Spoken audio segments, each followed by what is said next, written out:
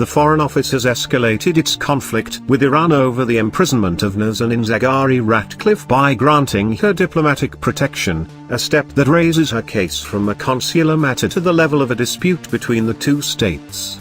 The move, likely to lead to increased tensions between the two countries, came after the Foreign Secretary, Jeremy Hunt, judged Tehran was not meeting its human rights obligations to the British-Iranian dual national under international humanitarian law. She has been in a Tehran jail for 3 years, after being sentenced to 5 years for spying. Hunt toughened his stance amid claims that the Iranians had spurned her request for better medical treatment, including regular access to drugs and to her own doctor.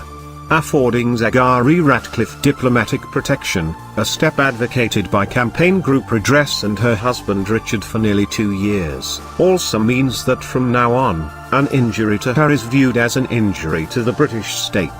We have not been able to secure her their medical treatment she urgently needs despite the assurances to the contrary, Hunt said. Admitting the step was very unusual, Hunt added, "I have not taken this decision lightly.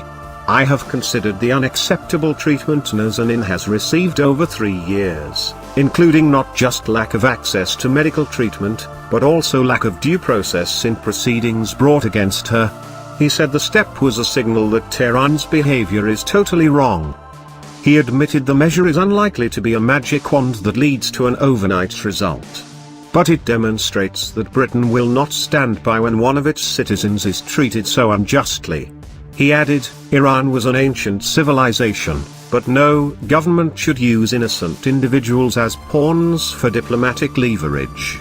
The practical implication of such an elevation depends largely on how the FCO chooses to respond, but it could mean the case is raised on the international stage and in extremis, could lead to sanctions, and requests for